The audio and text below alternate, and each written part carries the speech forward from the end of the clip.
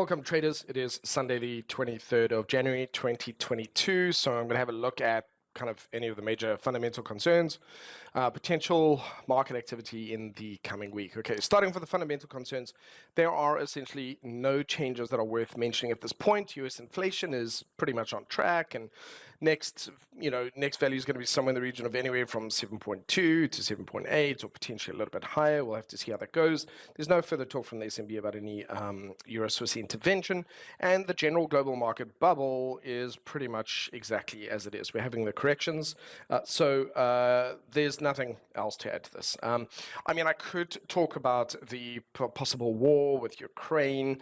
That's not entirely new. We discussed that at the end of last year. We know that there is potentially, if we're looking for a disruption in the market, that could be it. There is a high probability that there will be a war with Russia, obviously, because, temperaments and male personalities, and this is ultimately what Putin wants, so it is something he's certainly going to be pushing. He's going to try his luck, and I also don't think Biden is going to take any crap from him, for want of another expression. So I think we have to be prepared for that. If it doesn't happen, great, but I think we have to be prepared for it. So that being said, there could be a potential war with them, and we'll have to see how that goes. It will be a global issue, so we'll have to deal with that when it happens. Okay, economic calendar. So there is a little bit more activity this week. I think a focus is going to be predominantly on, let's say, for example, Bank of Canada monetary policy report. So now what's going to happen is there's concerns of inflation globally. And so the concern now, or what our attention is looking at how central banks around the world are responding to that. Are all of them kind of panicking about it, or are they all just adjusting accordingly? Like Central Bank of Japan, BOJ, they're fine. They don't really have an issue, but it's other countries, there's a few. And the US is kind of smack dab in the middle in terms of the inflation rate. We've also got FOMC. So this, I think there'll be a lot of ears to the ground with this one. FOMC press conference, increased volatility on the US dollar, excuse me, at this time. And then, of course, on Friday, we'll just be having a look at core durable goods and unemployment claims. And that's really, again, purely tied to, how's the economy doing, and how are jobs, which I would expect are probably going to be fine in the big picture of things. I don't think there's going to be any issues there. In fact, I anticipate they'll be relatively good for, for some time to come. We'll have to see how that goes. I do also think that once we stop directing money to the 1% and sending it down to the bottom 90%, actually, then all of a sudden, because the bottom 1% owns a lot of stocks, it isn't necessarily as much of a danger. But, that's just kind of a very superficial idea, very simple, perhaps oversimplification. So there we go. Not much there. Let's move on and have a look at the charts and see what else is happening there. Okay, so here we go. Let's have a look at the volatility index. It makes sense that we would see a spike in that. This is interesting. The last time we were kind of around this area was beginning of December. We can see here on the monthly, I would highlight though that this is a relatively solid bullish monthly candle. And because we've had that sort of slow but steady kind of weekly trend to the upside, higher lows, higher highs, the kind of unspoken implication here is that we're probably going to see it push a little bit higher, heading up towards 40. And a lot of this is tied, most likely to fears of inflation and global uncertainty with regards to kind of stability. So I'll be interested to see if there's a failure at this point, but there's something different this time. Something about this looks like it's pretty solid bodied, and it might end up closing towards the highs or even higher. So interesting there. Dollar index, moving on to that. So the dollar index, I spoke last week about pulling back into this area, and would it be interesting to see if we then see it recover from that, because on the weekly side there was a potential for a small bullish candle, which we now have. So now that's what I'll be looking for this week. Is there is an uptrend here on the weekly, a downtrend on the daily. We have that contradiction, and what I'm looking to see is this enough for us to continue getting that stronger dollar? Excuse me. Will we break the highs here, break back up above 96 and go back up to 97, a continuation of that? Or could we see price head lower from this point onwards, going from 95 back down to 94, so we get a stronger euro dollar? And so I think if we're going to see that increase in volatility and see that spike in uncertainty, it leans towards us getting a stronger dollar. So look, it's a definite fork in the road, and we have to play it as it lies. It means watching that 4 hour to see where that goes. Looking here at euro dollar as well. So euro dollar did manage to break out. It hasn't connected with 1.15. Yet it has prepared potentially here to continue to the downside. So this downtrend, similar to that dollar index to the upside, could be wanting to go to the downside. And so this is what I'm going to be watching, that 4 hour. I'm going to be looking to see if price can break above the highs. That will then obviously mean a weaker US dollar. If we break below the lows, it's going to mean a stronger US dollar. And right now it's just stuck in a little bit of a range. Looking at sterling, so sterling had a really big move to the upside. It failed to break the high here on the weekly. It's now produced a bit of a bearish candle. This is looking more as though it's leaning towards a stronger US dollar. Okay, so at this point in time, especially a break of the lows, that again, that 4-hour could provide some really good, I mean, overall that 4-hour structure looks really nice, could provide some continuation moves to the downside. In order for me to kind of believe that that dollar is weakening, I'd need to see it break back up above 136.50. Okay, Aussie dollar, US dollar. This is looking also very much range bound and looking to break lower, almost a little bit like a head and shoulders pattern, looking to break these lows and head a bit lower. That weekly chart looking quite bearish and rejection like, and so therefore there could be, and also here as well, that 4-hour looks like it wants to potentially head lower. So early part of this week could see some clarification on that. If these charts start to head lower, that means a stronger US dollar, and if it is a stronger US dollar, we're going to see it head back up towards those big highs. Even here, Kiwi dollar, US dollar, you can see closing right down near the lows. This is expressing at this point in time, looks much more intent on continuing to the downside than anything else. It is possible, as I said, we've got a fork in the road. Weekly can go one way, daily can go another, but this is just leaning that a little bit more towards a stronger US dollar. We've got dollar yen heading to the downside. As we know, dollar yen does its own thing, answers to no one except itself, and so we're looking at this price action here on the monthly. Actually looks as though we're going to see that head lower, so we'll get a weaker dollar there and a stronger Japanese yen. And then if we look at dollar Swissy, that also looks quite interesting to me. Looks as though we've got that weaker dollar. We're at range bound here, very messy price action, price right near the lows here. Also looking, continues to look bearish here. Also looks like that wants to head a little bit lower. And so that's interesting because that's pointing at a weaker US dollar as well. And then dollar CAD finding some very strong support here. At the very least, this looks like it wants to head up and test sort of 126.50, potentially a little bit higher than that. No clear direction anywhere else. A little bit range bound here, but also a little bit more bullish on this. And this actually looks here as though it's got a bit of a stronger US dollar. And so there's definitely conflicting information there. We've got from the first lot, we've got stronger US dollar. Then we've got weaker US dollar from the dollar yen, dollar Swiss and a bit of a stronger US dollar here. But again, just weighting it, just leans that little bit more to that stronger US dollar. All right, let's move on and see the other currency pairs of interest.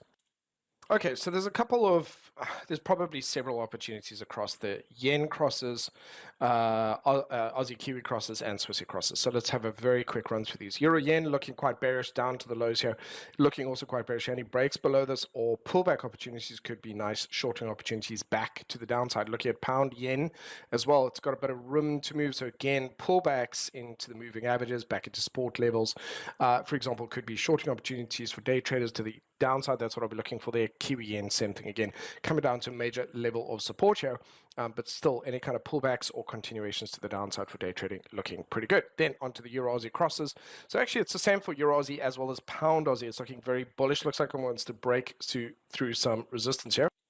Pound Aussie also looking very similar as well. Looks like it wants to continue to the upside. Some resistance, but certainly once it breaks through that, I think some continuation trades looking quite appealing.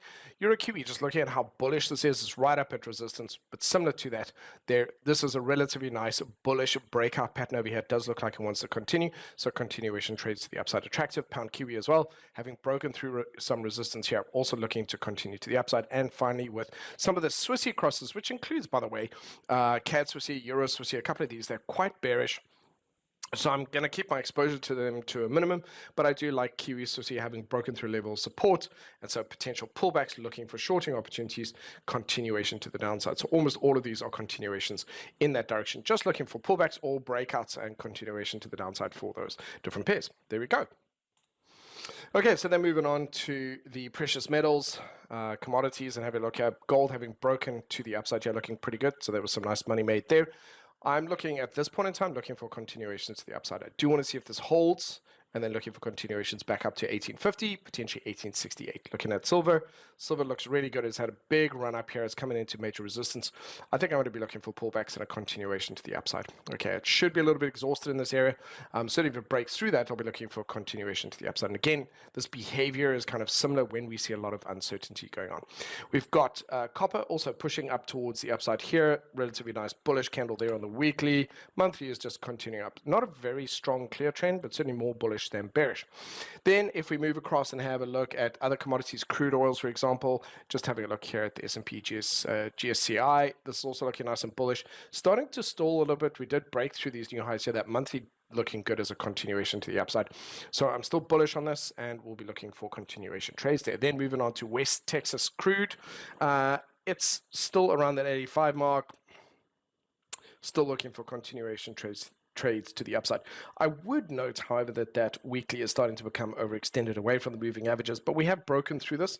So what I'd be expecting, for me, more likely is a continuation before a deeper correction first. But I'm prepared for both, but that is what I'd be looking for. Brent crude, having been incredibly strong, really, really chuffed to this. That's a nice little bullish continuation signal. A little too easy, a little bit too obvious for me. That looks like it's saying to me, look, I really want to continue up from here. I might have a look at that, but I'd have preferred a bit of a deeper correction to the downside. That weekly also the same, looking really nice and bullish. That monthly looks nice and healthy. So all of this looking good. Perhaps what I'd be doing here on 4 hours, waiting for it to break to this level of resistance and a break and a retest from that perspective. Okay, then on to the other commodities, other futures of interest. Sugar, just generally talking about this, we've had a pullback into the moving averages on that monthly. It's now done a retracement here, and so here I'd be leaning towards a possible continuation to the upside. This is still undecided, so it could still go a little bit further, but this is now at least in an area where it could potentially start to look more bullish, and for that, then I would expect it to start trending a lot better, so I'd be looking for high lows, high highs on the daily. Coffee, still pushing a little bit up. I still think it's too overpriced, or at least in terms of the chart, by the way, not necessarily the commodity. But just here, I think this needs to have a bit of a correction down towards 200. It keeps pushing up, but there's no doubt there's danger in this area. So I'll probably stay away from it and watch from the sidelines. Then having a look at wheat, or as Stewie would say. And so, yeah, we've pulled back here. This is not necessarily a bad turning point, but overall, this is a major level of resistance. In fact, so much so that I'm comfortable to mark that on a monthly time frame. So that's really the battle. Can it get through that and close above it? I'd need to see a close and a weekly candle strong above that and closing. And then I think it'll clean itself up as it continues a little bit higher. And then cotton, finally, also, wow, look at that. Okay, so really just a continuation from this. I was looking for a correction at this point. It's still strong, but it's still starting to stall a little bit there. There's no doubt that there's fewer and fewer buyers as we head up a little bit higher, and it's going to need a bit of a correction. There's that weekly candle. There could be a pullback down towards 110. That could be the case. But I'll be looking for potentially this week as a pullback down towards the midpoint of the previous week, 117, looking for a bullish candle and a continuation to the upside. But I'd be very defensive with my trading, expected to take some profits ahead of this high, and wouldn't be surprised at all if it did fall through that. It is now starting to reach a little bit into the stratosphere, runs a little bit out of air, and it's ultimately going to come back a little bit rough for a little bit worse for wear. Whoo boy. Okay, so now we're looking at the global indices, which is very interesting because I've been kind of looking at this for, obviously analyzing it for years, and this is really interesting to me as well. And I'll explain why for the moment. Essentially, it's that the US markets are behaving slightly differently to some of the non-US markets. But we had a really nice, strong, much needed, much overdue. I understand that if you've been making money all the way up, if you got in at the end, you got in too late anyway. But if you kind of been getting up here, you should still be safe. And we do need a correction. We absolutely do need. I'd like to see this come down towards 33. It could even come down as far as 31. But there's a major level of support here, and there are no doubt lots of buy orders here. So this is really tricky from a trading perspective.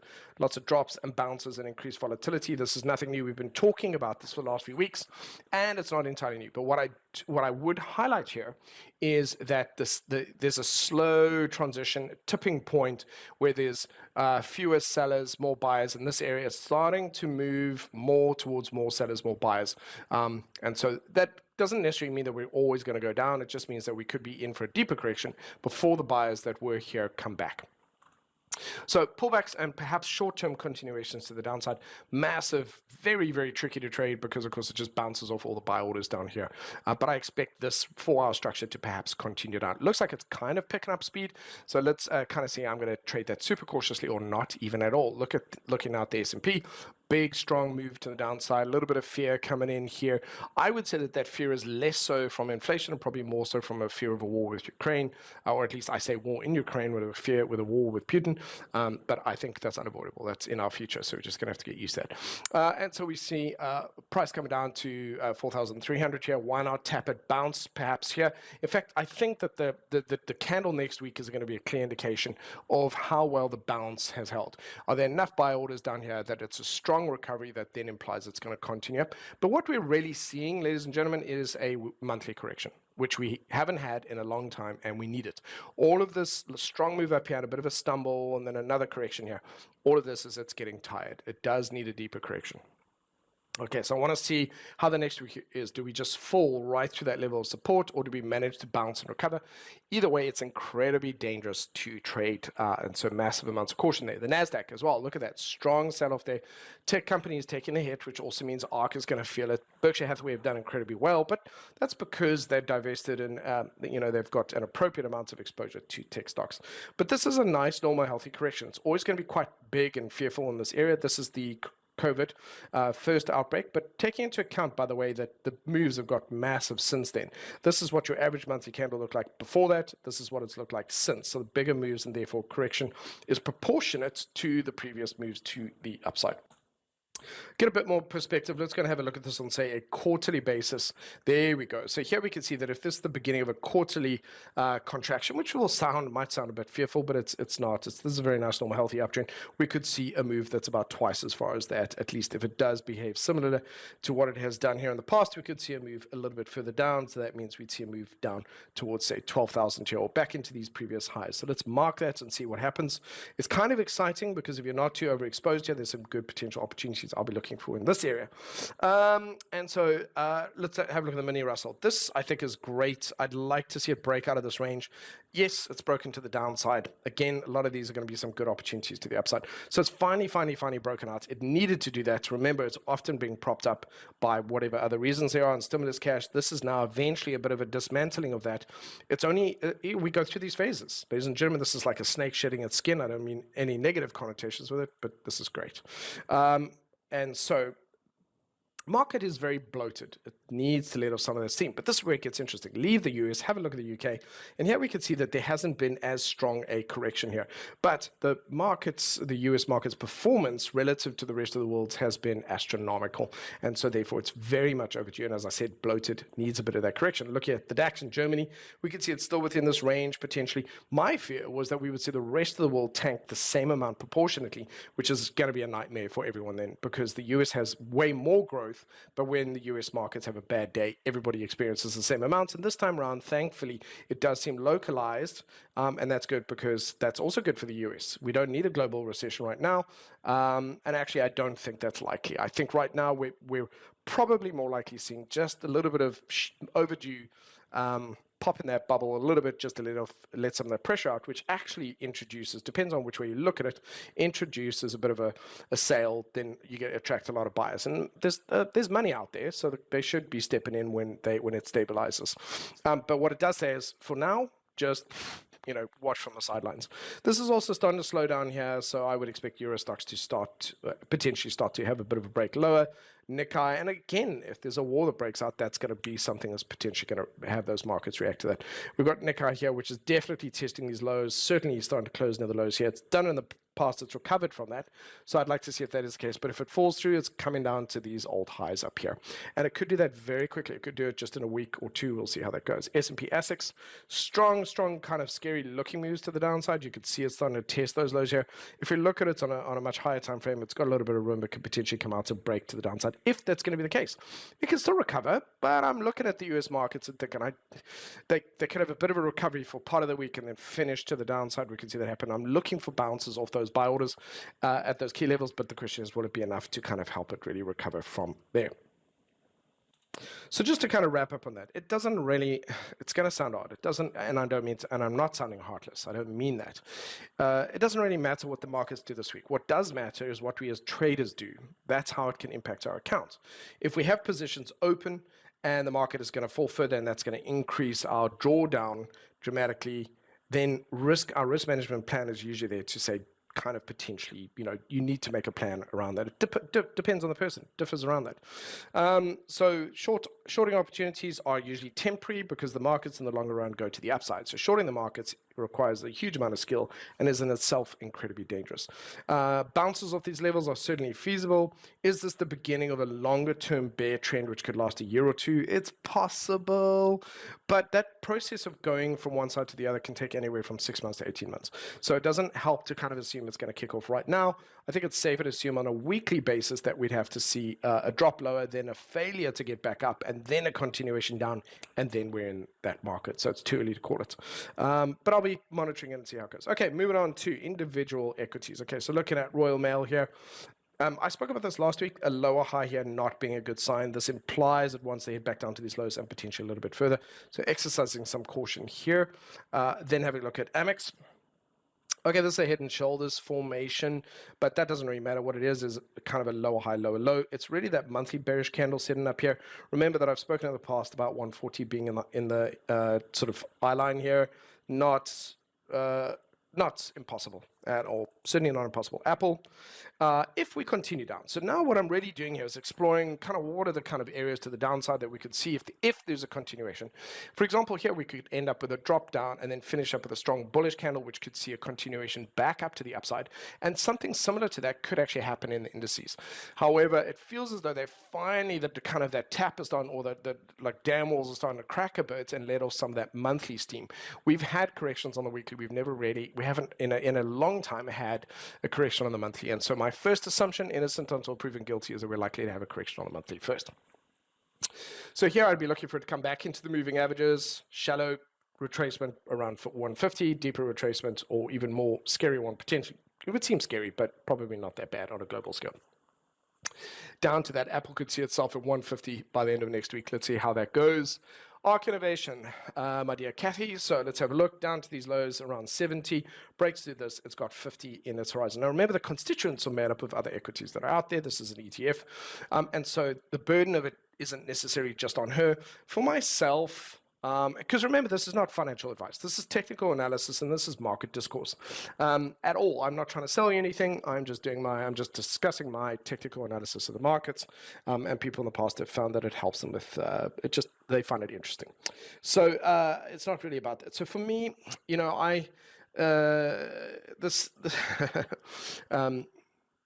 when this recovers, I anticipate it'll recover really quickly. So it's a question of staying the course. And there's certainly a bit of fear-mongering around that. And I'm always thinking of Warren Buffett saying, be greedy when other people are fearful. So, because those are opportunities. So right now, Buffett is rubbing his hands in glee because this is fantastic. For him, this is a buying opportunity. And it gets more of a buying opportunity the further market goes, because he's always thinking, well, within 6 months to a year, we'll most likely start to recover. So not too worried about it. AT&T. So AT&T, as I said, have actually managed to have quite a strong recovery. They've hit this band. At this point, certainly if the rest of the market's going to head lower, so are they. So that's going to be about the high where they are. They'll head back down. They've tested 22. We'll see. This is a good, strong recovery candle. I need to see how the month ends. I'm not really expecting them to drop as far as others because they recovered so very well. Let's look at Berkshire Hathaway. So this is pretty cool. Berkshire Hathaway here have a breakout and then coming back to retest this. Now, the only concern I have with this is price action behavior-wise, this is very quick after a breakout to come back down to this level. It's potentially going to result in a strong rejection candle if we don't close higher in the coming week. So if we close higher, that to me is a good sign of a potential continuation and a recovery over the next few months. However, if we come back down, we close right down in here, and that closes as a strong rejection candle. Then that following picture, in other words, the spring of this year, looks as though the markets are going to go down towards 250. So actually, Berkshire Hathaway is going to be a really good windsock, I think would be the expression, or a weather vane, which will give me some clarity as to where the rest of the markets are likely to go. My first reaction here is to look for a nice strong bullish candle in this area next week. It won't even be this week. It'll be next week potentially that I'd be looking for that as a buying opportunity and give some clarity. So I do think that within the next 2 to 3 weeks, there'll be some clarity on this. Okay, BP. Look, as long as you've got crude oil and oil's doing well, BP as well as Exxon are going to be fine. For now, they'll take a bit of a hit, but overall they're going to withhold it. Coca-Cola is doing okay. For me here, I'm expecting Coca-Cola to take a little bit of a shallow pullback, potentially on the weekly or even on the daily. That's looking solid, so no real concerns there. General Motors here really struggling. Okay, so this is the kind of bearish candle I was saying. If Berkshire Hathaway ends up with a monthly candle that looks like this, the implication is a move lower. Based on what it's got here, 50 doesn't hold. This is going down to 40. So GM is going down to 40. We've got JP Morgan Chase, strong sell-off there. It's done really, really well. It's coming back to the lows here of support. So if support doesn't hold, it's going to come back down into these old highs. Actually, not necessarily that bad. It'll potentially move a little bit further down towards those lows. At least that's where I'm looking at this point. This level of support may hold. It may manage to recover, and we'll see how that goes. Meta, Facebook. Facebook's challenge, Meta, is going to be this 300 level. Can it hold? Because 250 is really not that far away, and it's very achievable. It's very achievable to see it break through and head down towards that. If everybody else does, it's not going to be able to help. It's not going to be able to stay where it is because shareholders are going to panic and they're going to pull the plug, and it's just eventually that tipping point is going to start to fall through, push through. Okay, Morgan Stanley. Indecision, look how well it's holding here, but it is producing lower lows. It is a nice consolidation into this area. So here I would not expect a big drop down. I think it may withstand a bit of a storm. That could mean a close down just towards the lows here. But I'd be surprised if it just had a big drop down. It could happen. I'd be surprised. It looks like it's holding up well. We'll see how that goes. And again, that could find itself recovering, pushing a little bit higher. NVIDIA. This is natural. This is beautiful and very natural. Back into this buy area here, looking at this. For me, really good. I wouldn't be surprised at all if we came down, touched 200 and closed a little bit higher. Again, that is a good strong signal, but it's got to happen on a monthly candle, which means February, January or February. Okay, so PayPal pullback ended up pushing through this level, which I spoke about as a possibility and doesn't necessarily bode well. It's going to let off some of the steam here down towards 150. That's really its next level. And, could, if there's so much pressure. However, I'm sort of more of the opinion that PayPal has already let off a lot of its steam, similar to some of the cryptos we'll talk about, where some of them are already back down towards their lows. I understand that they must be stressing, but yeah, this is not a bad area for it to have a bit of a recovery from that. So I want to see what happens with that again, because it's been selling off already. It doesn't necessarily carry the same amount of bloatedness that some of the others have. Okay, Spider, that's a hefty sell-off. That's quite interesting to see that happen. Some hefty. Look at that 4 hour, just beautiful. For day traders in the US or day traders trading this, they would be coining it. So really their next level is going to be down towards that sort of 72 mark. I would see that as the next level. Could bounce back up. Very interesting. So we're going to see a move down this coming week and then a recovery next week. Or could we see a move and a recovery this week? Interesting to me to see how it's going to go, to watch from the outside. Okay, Tesla. So Tesla's got two major buy areas for me. It's this area of 900, and there's another one down in this area, sort of, excuse me, anywhere from the highs of that area to potentially the lows of that.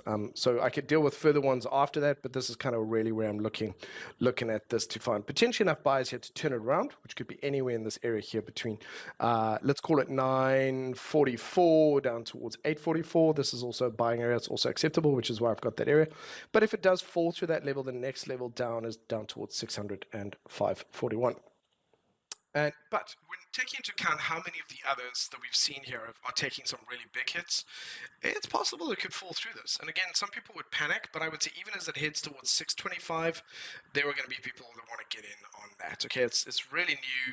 That would be it. If you kind of take a bigger picture, look at it quarterly, it's heavily bloated up to the upside. It needs to come back down towards 600. That's a good thing. Don't worry. Well, in my brain, I'm going, well, that means within a couple of years it can be back up at the highs, or even within a year it can get back up. Look at this. This is 2 months and it got its, this is 2 quarters, 6 months got up to the highs. So recoveries can happen a lot faster. Most people don't have the patience to do that. That's why they kind of give their money to the market. But anyway, so I'm having a look at this. I'd like to see if we can find some support here, support in these areas. It might not fall through this area. Again, this week is going to be giving some clarity on that and finishing off with Vanguard. Look at that monthly thing, breaking through that quite heavy down into this area of support. And so let's see, I want to see if this can hold off that 50 moving average, find a bit of support. I don't use moving averages as support. I'd use price levels as support, see if it can do that. And so it could be a nice small bullish or indecision candle that we could end up with. The market could just calm down and slow down. I'm leaning, I think plan A or bigger moves to the downside, plan B are going to be it's calming down, and plan C would be a nice bounce and recovery. That's kind of the order in which I think it's most likely to happen. Okay, moving on to Treasury. So the whole point is that just immense caution, no panicking. If I'm holding equities for myself, not financial advice, for myself, I'm going to, I'm just going to ride out the storm. So, and see it as a buying opportunity. That's the healthier way to do it. Okay, 10-year T-note coming out of the US, broken through these lows, a little bit of a bullish candle to the upside there. Okay, so it could move a little bit higher. It does look actually as though it's going to break this downtrend on the daily. Nice level of support there, so I would expect these to push a little bit higher in the coming week. EURUSD as well, producing a bit of a bullish candle there as well, so potentially going to find support and push higher. All right, so I'm going to wrap up here on Bitcoin. If the rest of the markets are going to take a hit, so are the cryptos. That's just it. And I know for some people, they're going to see them as craptos now, but In principle, I'd like to see Bitcoin bounce come back down to 30,000 level. So there's a lot of reasons why the next move could be like a last bit of a move down, and then it slows down and maybe starts to recover. There's a lot of reasons why that could be the case. Yeah, so that's what I'm going to see. Ethereum as well, quite a few of these got a bit of room to go down to hit the next level. And then those are levels of support. There could be plenty of buy orders in there. And this is what I was going to say here, with similar to PayPal. So Neo has let off so much of its kind of the growth that it's had. It's given so much in the back already. There's not much further for it to fall. And therefore, that's part of the reason why I think PayPal might be nearing kind of end of it. It's got some room to go further to the downside because it did break that level of support. So there is further downside, but hopefully not much further. And Cardano as well, back at this level here. So if it breaks through it, it's going to drop down quite a bit. There's going to be a lot of pressure, a lot of fear and panic in the news, which is just ridiculous. Because if you're Buffett, you see this as a buying opportunity, and you're thinking at least 2 years in advance. Overall, there's a lot of reasons why the US economy is going to be doing really well.